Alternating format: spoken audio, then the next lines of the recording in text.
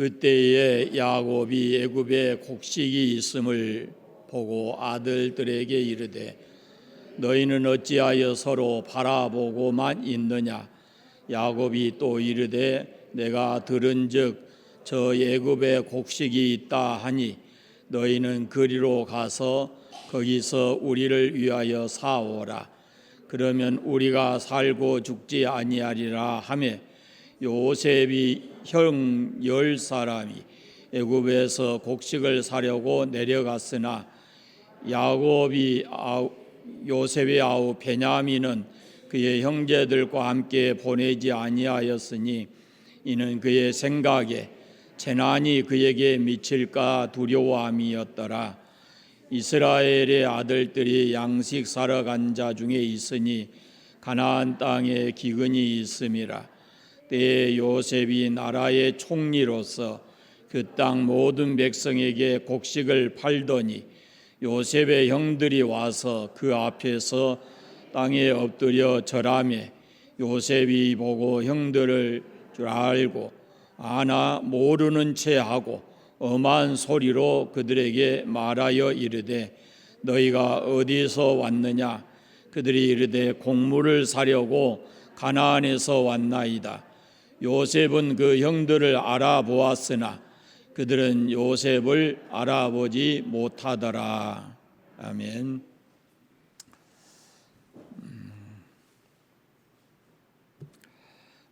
뉴 잉글랜드에서 이 바닷가에 고기 잡는 배들이 잉글랜드 동부 연안에 있는 한 작은 항구에서 이렇게 여러 척의 배가 출항을 했습니다.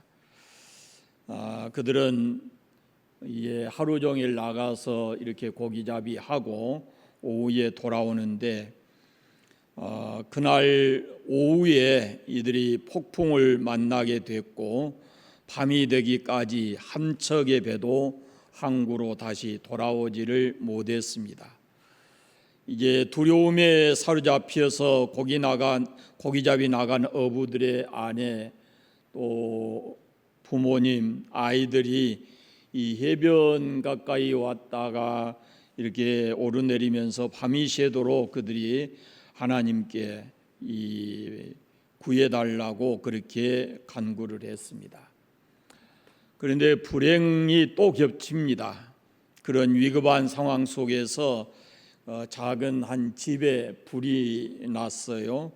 그래가지고 이 불이 타는데 이제 남자들이 다 바다에 나가고 없으니까 그 불을 끄는 것이 또 가능하지가 않았습니다. 그런데 아침이 그렇게 돼서 날이 밝게 됐는데 감사하게도 어선들이 이제 하나하나 항구로 돌아오게 됩니다.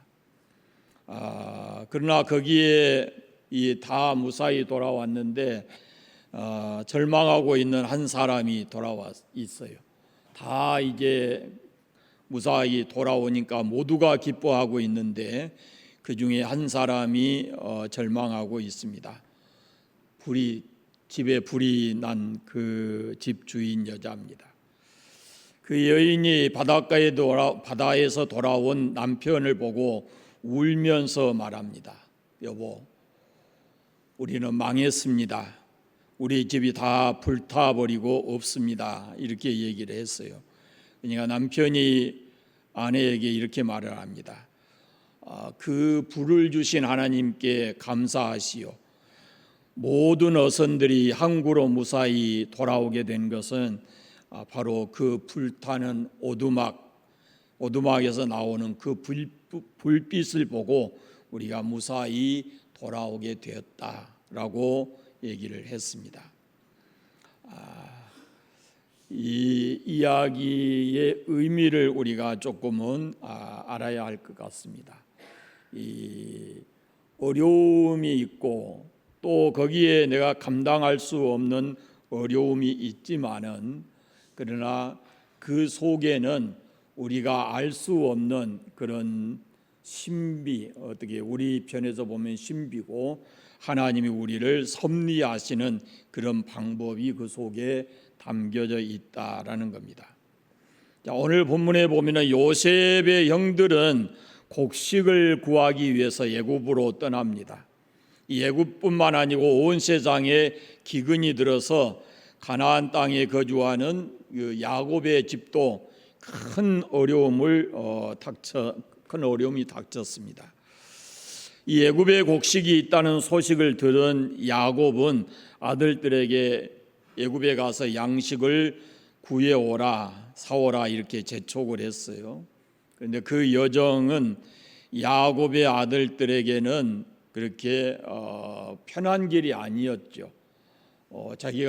자기들이 자기 동생을 팔았던 그때를 떠올릴 수 있게 하는 그런 때의 그 길이었고, 그리고 마침내는 그 길을 통해서 이제 20년 전에 해졌던 동생과 만남을 갖고 화해하게 되는 그런 모습을 우리가 성경을 통해서 보게 됩니다. 애굽만이 아니고 온 지면에 기근이 임했습니다. 41장을 보십시오. 41장 56절을 한번 같이 읽어보겠습니다. 온 지면에 기근이 있음에 요셉이 모든 창고를 열고 애굽 백성에게 팔세 애굽 땅에 기근이 심하며, 가나안 땅만 아니고 애굽도 이렇게 기근이 아주 심했습니다. 그래서 야곱과 그의 아들들 역시 기근으로 인해서 이 심한 고통을 받을 수밖에 없었어요. 그런데 애굽에 곡식이 있다라는 소식이 야곱 들리고 야곱이 그 아들들에게 곡식을 사오라, 이렇게 구해오라 이렇게 명령을 합니다. 오늘 본문 1절에 보시면 그때에 그렇게 시작합니다. 그때는 요셉이 총리직에 오른 지 약 8년 정도 되는 해다 그럽니다. 그러니까 총리가 돼가지고 어떻게 합니까? 7년 풍년이 있을 것을 그 바로의 꿈을 해석하면서 하잖아요. 7년 동안 풍년이 있어서 그때 이 곡물을 저장하고 이렇게 하는 것을 볼 수 있죠. 그런데 보통 여러분 농사지어서 요즘에 곡식을 이렇게 보관하면은 몇 년 동안이나 보관할 수 있습니까? 곡식을 보관하면 2년도 안 가고 우리는 다 어떻게 하지요? 그러니까 몇 년 한지도 모르잖아요. 그런데 터키에 가면은 그 옛날 곡물 보관을 하던 그런 곳이 있어요. 이렇게 쫙 절벽인데 그 절벽에다가 이렇게 홈을 파가지고 사다리처럼 만들어서 올라가가지고 그 안에다가 이렇게 그 카타콤처럼 굴을 만들어가지고 거기에다 곡물을 저장을 해요. 그래서 곡물을 그러면 그 높이까지 어떻게 올리냐? 그 위에다가 이렇게 나무를 내가지고 거기에다가 도르래를 달아서 밑에서 이렇게 잡아 올려요. 그래서 그 안에다가 보관하는데 그 안에 곡물이 모든 온도와 습도와 이런 것이 자연적으로 이렇게 다 보관이 돼가지고 10년, 15년이 가도 절대로 변하지 않는다는 거예요. 놀란 사람은 아무도 없어요. 우리는 그걸 좀 잘 보관해 보려고 어떻게 합니까? 조금 오래 보관해 보려고 보관을 못하니까 뭘 해요 또? 좋은 냉장고에 여잖아요. 좋은 창고에다가 좋은 창고 그 자연적으로 그런 안반에다가 그 뚫어가지고 그렇게 했는데 거기에 온도 습도가 변하지 않는데요. 겨울이 와도 따뜻하고 여름이 와도 시원하고 그래서 곡물을 주로 그 사람들이 뭘 곡물을 넣냐면은 밀을 넣어요. 밀. 그 사람들 주식이 빵이기 때문에 그 밀을 넣는데 거의 10년이 가도 그것이 변하지 않는다 그래. 아마 그 요셉이 애굽에서 7년 풍년인데 그 7년 풍년 동안에 곡물을 저장했을 때 어떻게 했을까라는 것을 우리가 한번 생각해 보면 그때도 넉넉하게 이렇게 변함없이 보관할 수 있는 방법이 있었을 거예요. 우리보다 훨씬 더 뭐 피라미드나 이런 거 만드는 걸 보면 어마어마한 그런 지혜를 가지고 있었던 사람들이거든요. 그래가지고 7년 후에 그 다음에 유례 없는 흉년이 이제 기근이 오거든요. 41장 한번 봐보세요. 41장 53절 54절을 한번 읽어볼게요. 41장 53절 54절 같이 읽어보겠습니다.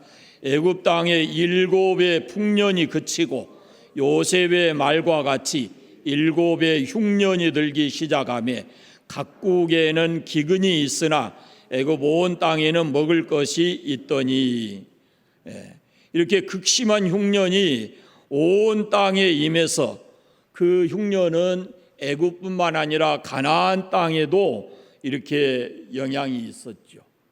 그래서 오늘 본문 5절 말씀해 보시면 42장 5절 말씀해 보시면 그때의 기근이 얼마나 심했는지를 알 수가 있어요. 그러면 우리가 살고 죽지 아니하리라, 이렇게 요셉이 얘기를 하는, 야곱이 얘기를 하는 거예요. 너희들이 가서 곡식을 사오면 우리가 살 것이고, 그렇지 않으면 어떻게 해요?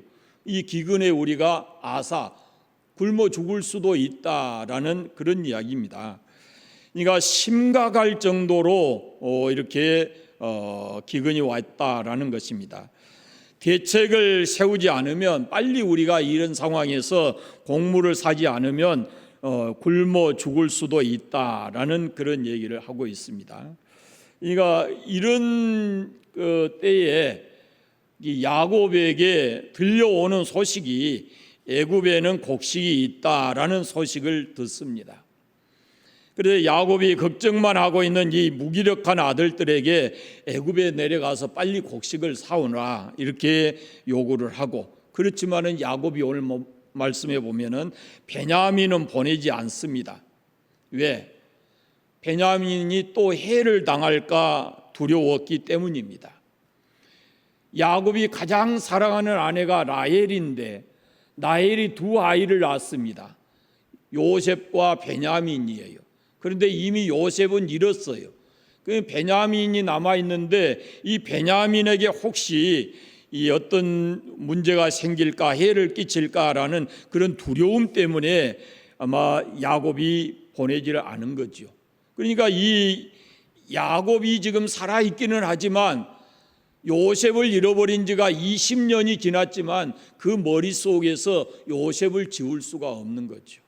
그래서 요셉의 그 비극적인 사건을 생각하고 이 베냐민을 보내지 않은 겁니다. 그런데 지금까지 아버지 야곱은 요셉이 어떻게 된 줄 알아요? 죽은 줄 알거든요. 죽은 줄. 어떻게 했어요? 형들이 팔았잖아요. 팔았는데 아버지한테는 어떻게 했어요? 요셉의 옷에다가 피를 묻혀가지고 아버지에게 갖다 주잖아요. 아버지는 요셉이 죽은 줄로만 알고 있어요.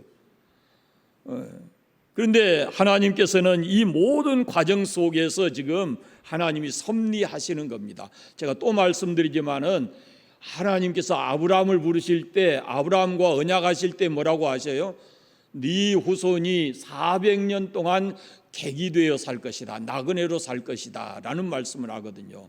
그럼 그게 언제 이루어지냐라고 하는 것인데, 이 요셉의 때에 이런 모든 환경과 이런 과정을 통해서 하나님의 그 말씀하신 것이 하나하나 섭리 중에 이루어지고 있다라는 겁니다.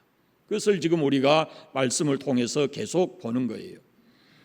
하나님께서는 이렇게 어려운 때에도 고난을 통해서 하나님이 그 백성에게 약속하신 것을 하나하나 이루어 가시는 그런 그 섭리하시는 하나님이시다라는 겁니다.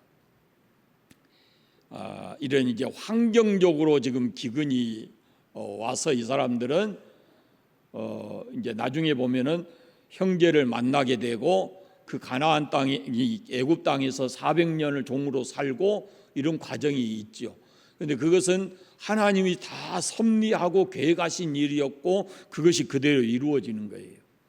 이제 그들이 다시 다 만나잖아요. 그리고 하나님의 백성으로 거기서 애굽에서 삽니다. 한번 이 환경적인 것 말고 여러분이 여러분의 인생을 놓고 한번 생각해 보세요. 내 인생을 지금까지 살아오는 중에 내가 감당하기 어려운 죽을 것만 같았던 인생의 기근이 언제 있었는가 한번 생각해 보세요. 그때 나는 어떤 모습으로 그 기근, 흉년과 같은 그 인생의 기근을 생각하고 지내왔는가라는 걸 생각해 보세요. 지금쯤은 우리가 이런 이제 말씀을 보고 나서는 우리가 꼭 깨달아야 될 것이 있습니다. 내 인생에 내가 원하지 않는 고난과 어려움이 와도 이건 반드시 내가 하나님을 나의 인생의 주인으로 모시고 그분이 나를 다스리고 섭리하신다는 것을 믿으면 그 다음에는 우리가 이제는 해야 되는 게 뭐냐면은 내 모든 삶이 그분의 섭리 속에 다스려지고 있다라는 것을 믿어야 한다는 겁니다. 재수가 없어서 불행해서 그런 표현이 아니고 하나님의 섭리 중에 섭리 가운데 하나님은 어떤 계획을 가지고 계신지 모르지만 하나님의 섭리 가운데서 그 하나하나가 이루어지고 있다라는 겁니다. 근데 하나님의 때는 우리가 이 말씀들을 보면 하나님의 때는 정확합니다. 요셉은 포디발의 집에서 훈련받고 시험당하고 감옥에 갇히고 그런 과정을 통해서 인내를 배우고 하나님의 손이 자기와 함께한 것을 경험을 합니다. 결국에는 그가 노예로 잡혀가서 불과 몇 년 사이에 그가 애굽의 총리로 세워지는 것은 그의 노력이나 의지로 되는 게 아니었습니다. 그것은 하나님이 요셉의 삶을 주장하시고 섭리하신 것입니다. 그 모든 것 속에 그 어마어마한 대국의 요셉이 총리가 될 수 있게 하신 것은 하나님의 섭리였다라는 것이죠. 하나님이 이 때를 위해서 요셉을 준비시킨 겁니다. 가나안 땅에 있는 요셉의 아버지 야곱과 그 형들의 인생도 하나님은 기억하고 계셨습니다. 어떻게 애굽에 간 요셉과 가나안 땅에 있는 이 그들의 형들이 다시 만날 수 있을 것인가? 이 모든 것은 사람의 계획 속에서 되어진 것이 아니고 하나님이 섭리하셨다라는 그런 말씀입니다. 그러니까 절대로 만날 수 없는 선이에요. 이 선이. 요셉은 지금 어디가 있어요? 애굽에 가 있어요. 그 지위가 뭐예요? 총리예요. 그러면 모든 사람들이 우러러 볼 수 있는 자리예요. 근데 지금 가나안 땅에 살고 있는 야곱이나 그 형들과 이 총리가 만날 수 있는 길은 이건 절대로 만날 수 없는 그런 사람들이에요. 그런데 하나님께서는 정확한 때에 이 두 사람들이 만날 수 있는 지점을 만드는 거예요. 그게 누가 하는 거냐면 하나님이 하신 거예요. 사람의 계획 속에서 되어진 일이 아니고 총리인 요셉과 그의 아버지인 야곱과 그의 형들이 만날 수 있는 그 지점을 만드신 분이 바로 하나님이시다라는 겁니다. 그 시기와 의미, 그런 축복을 깨닫게 되기까지 아마 야곱과 그 아들들은 굉장히 낭망했을 거예요. 아마 그런 그 흉년을 맞으면서 이제 우리가 이렇게 해서 죽는 모양이다라는 그런 생각도 했을지 모르겠습니다. 그러나 그런 모든 그 상황을 절망적 상황을 다시 바꾸어 놓으신 분이 하나님이시다라는 겁니다. 오직 야곱은 과거에 요셉을 죽은 줄로만 알고 있는 그 마음의 상처를 안고 있었는데 이제 20년이 지난 후에 그가 안고 살았던 그 의문이 풀리기를 시작한 거죠. 그때서야. 그리고는 이제 새로운 삶을 가나안 애굽에서 살게 되어지는 그 과정이 이후에 있습니다. 하나님은 우리가 생각할 수 없는 하나님의 계획이 있다라는 것을 생각해야죠. 여러분 인생을 놓고 가만히 한번 생각해 보세요. 가까이 살면서 만나가지고 결혼한 사람들은 그 의미가 없겠지만 그것도 저는 그것이 우연이라고 절대 생각하지는 않습니다. 근데 전혀 다른 지역의 사람들이 어떤 모습에서든지 만나서 부부가 되고 가족이 된다고 하는 것은 이것은 사람의 생각이 아닌 것이죠. 그건 반드시 하나님의 섭리 가운데 있습니다. 자, 그다음에 요셉과 그 형들과 요셉은 어떤 모습으로 만나는가라는 것을 우리가 성경에서 볼 수 있습니다. 애굽에 내려간 요셉의 형들은 총리가 된 요셉 앞에 엎드려서 절을 합니다. 요셉은 형님들을 알아봐요. 그런데 형들은 요셉을 알아보지를 못합니다. 이때 요셉이 어떤 생각을 했을까요? 요셉이 형들이 지금 자기 앞에 와서 절을 해요. 자기가 꾼 꿈이 생각나지 않겠어요? 그 형들의 곡식단이 자기 곡식단을 향해서 절하고 해와 달과 11별이 그에게 엎드려 절하는 그런 꿈이 생각났을 겁니다. 이제 이때가 언제냐면은 애굽의 양식을 살아온 그 애굽의 그 요셉의 형들이 애굽에 내려간 게 얼마냐면은 애굽의 총리가 된 요셉이 이제 총리가 되고 이제 애굽에 팔려간 지 20년 만이에요. 20년 만. 그러니까 형들은 애굽의 그 요셉이 애굽의 총리가 돼 있을 것이라고는 요만큼도 생각을 못하지요. 뭘로 팔렸어요? 노예로 팔려갔잖아요. 노예로. 그런데 노예가 총리가 됐을 것이라고는 꿈에도 생각하지 못했을 거예요. 그래서 37장에 보면은 그 요셉은 그것을 다 알고 자기 꿈도 생각을 했죠.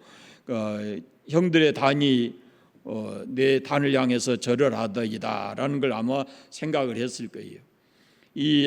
우리가 눈여겨볼 점이 뭐냐면은 요셉은 형들을 알아보는데 형들은 요셉을 알아보지 못한 거예요.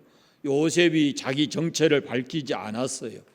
그것은 왜 그랬을까라는 것을 우리가 추측을 해보면 지난날 형들이 자기에게 한 그 잘못에 대해서 어떤 태도를 취하고 있는가 아마 그런 것을 확인하고 싶었을 것이고, 그 다음에 또 하나는 자기 아버지 이후에 그 쭉 대화가 나오지만은 연로하신 아버지 야곱과 그 동생 베냐민에 대한 그 의문을 그것을 풀고자 했을 거예요. 지난주에 말씀드렸지만은 그런 세월을 지나면서 요셉이 총리가 되었지만은 요셉의 마음속에는 늘 그리운 게 있어요.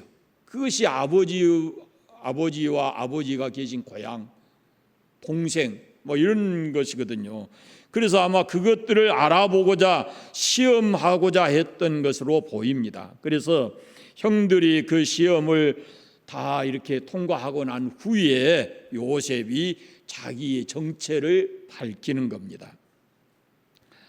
야곱의 아들들은 곡식을 구하여서 생명을 보존하기 위해서 애굽에 내려가고, 그리고는 가장 낮은 자의 모습으로 총리, 최대의 강국인 총리 앞에 무릎을 꿇었습니다.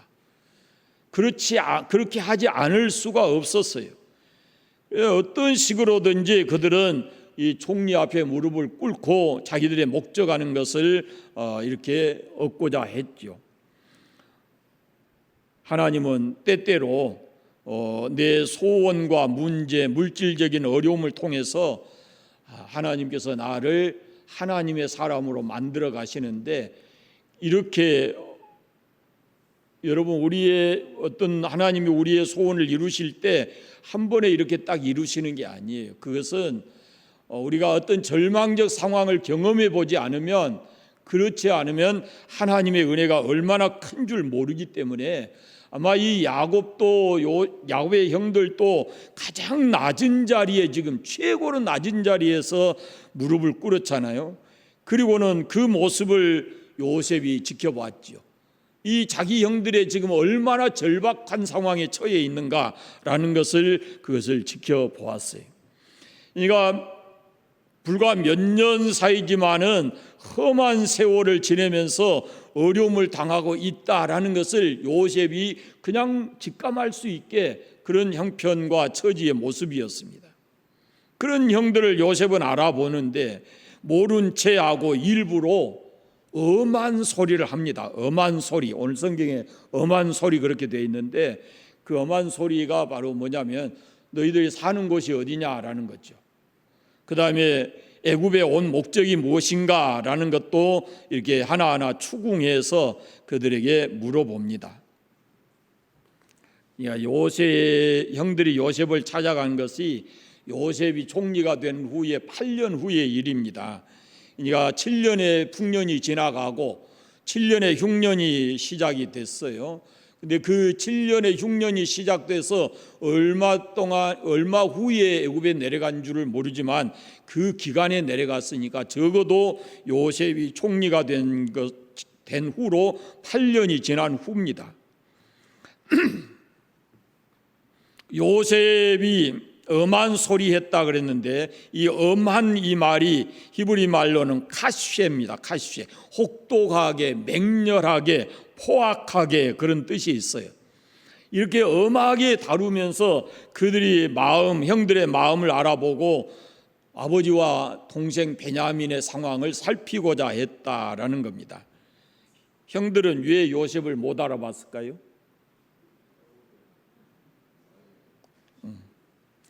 노예로 팔 때가 몇 살이에요?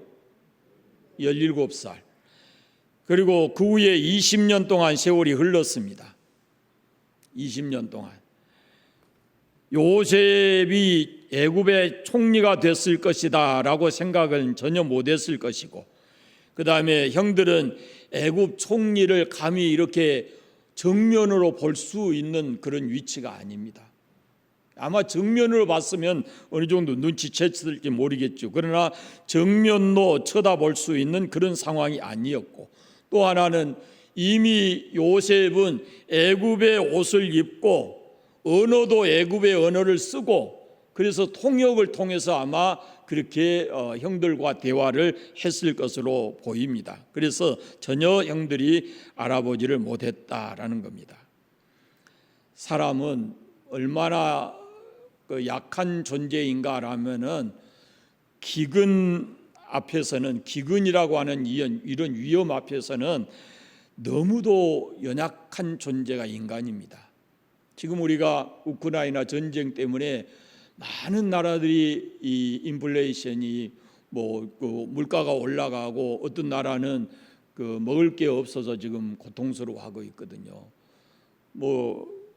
뉴스를 보신 분들은 대강 다 아시지만은 우크라이나나 러시아의 영향 때문에 이렇게 경제적으로 어려움뿐만 아니라 식량의 위기를 겪는 나라가 적지 않습니다. 특별히 인도 옆에 있는 스리랑카 같은 나라가 대표적인 나라라 그래요. 굉장히 경제적으로 어려움, 식량난 때문에 고통을 겪고 있습니다. 이 야곱이 이 기근 속에서 생존하고자 하는 그런 작전을 하잖아요. 사랑하는 아들들을 보내면서 이렇게 그 문제를 해결해 가고 있습니다. 그러니까 우리도 이것을 분명히 우리도 그것을 준비를 해야 되는 겁니다. 이게 20년 전 우리가 IMF 겪을 때보다도 어쩌면은 더 경제적으로 힘든 때가 온다라고 얘기하거든요. 거기에다가 지금 곡물이 가격이 엄청나기 때문에 이게 말할 수 없는 고통이 올 수 있다라고 하는 거예요. 그래서 이런 지혜롭게 우리가 삶을 살아가는 것이 굉장히 중요하다라는 겁니다. 이 하나님께서는 우리의 모든 삶을 인도하시고 섭리하시지만 그러나 우리가 신앙 안에서 준비해야 될 부분도 없지 않아 있다라는 것을 기억하시고 여러분의 삶에 어떤 어려움과 고난이 닥쳐도 하나님은 우리의 삶을 보호하시고 인도하신다라는 믿음을 가지고 그런 하나님 의지하는 신앙 안에서 삶을 살아가시기를 바랍니다. 기도하겠습니다. 감사합니다. 하나님 아버지, 이 무더운 날씨에도 우리를 주의 전에 있게 하시고 말씀을 함께 나눌 수 있도록 은혜 주신 것 감사합니다. 우리가 주님 앞에 엎드려 살아온 지난 날을 돌아보면 주님의 은혜였음을 고백하지 않을 수가 없습니다. 우리가 부족하고 연약하고 또 사람과 사람 사이에 지은 죄도 많지만 그럼에도 불구하고 하나님께서 오늘까지 우리를 은혜의 장중에 붙들어 주시고 믿음으로 살게 하신 것 감사를 드립니다. 간구하여 기도하옵기는 우리가 언제든지 삶이 힘들고 고달파도 낭망하지 않게 하시고 우리를 자녀로 삼으신 하나님께서 우리를 주의 섭리 가운데 인도하시고 보호하신다고 하는 믿음의 확신을 가지고 살아갈 수 있게 해주시기를 간절히 원하옵고 기도합니다.